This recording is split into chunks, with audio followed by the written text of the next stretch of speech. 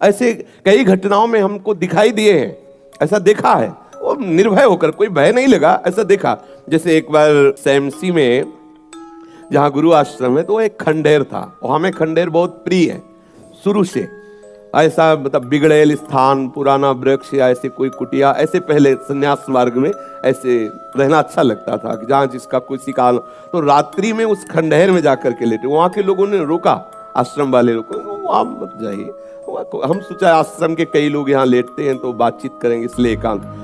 यही गए तो अंदर मंत्र चल रहा था, और एक छोटी सी टार्च सिराने, छोटी सी घड़ी दुप दुप वाली, क्योंकि उससे पता चले ना तो मतलब टाइम का। तो ऐसे रख के वैसे से थोड़ा ही लेटे, तो उस समय जटाएं बड़ी बड़ी थी इतनी, तो ऐसे उनका तकिया की तरह जटा रखे, तो ऐसा लगा जैसे कोई हमें बहुत जोर से दबाने की चेष्टा कर रहा है। तो ऐसे देखा तो मुझे स्पर्श जैसा भी हुआ कि जैसे कोई कड़ा हाथों में एकदम। ऐसा कैसे हो सकता है?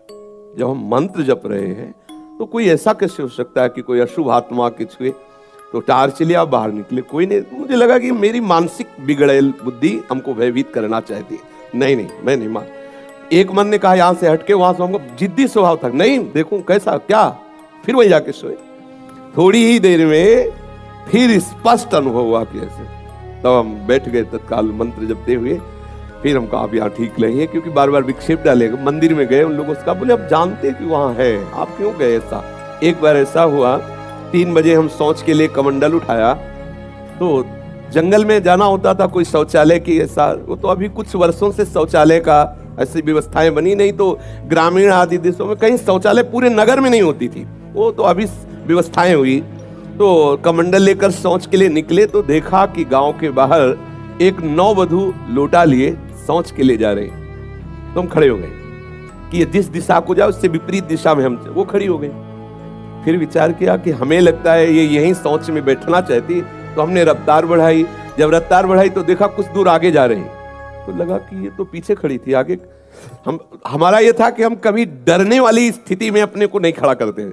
हमारे मन में आया नहीं, ये मेरा भ्रम है, वो हमसे आगे निकल गई होगी। जब वो आगे गई तो हम पीछे मुड़े, तो देखा हमारे दूसरे रास्ते में खड़ी। अब हमें पक्का विश्वास हो गया कि ये कोई स्त्री नहीं है, कोई पतित आत्मा है जो इस रूप में है।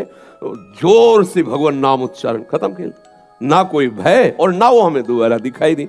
तो हमने जीवन में देखा है कि अगर कहीं ऐसी प्रेत आत्मा आदि हो, वो आपको परेशान नहीं कर सकती। आपको जैसे गोकर्ण के सामने धुंधकारी प्रकट हुआ, कभी वो अग्नि बनता, कभी वो ये बनता, कभी भेड़ बनता, कभी सिंह, समझ गए अधोगति को प्राप्त। लेकिन कोई ऐसा नहीं कि उनका अनिष्ट करे और रो के कह रहा था कि मेरा उद्धार कर दो, मेरा कल्याण कर दो।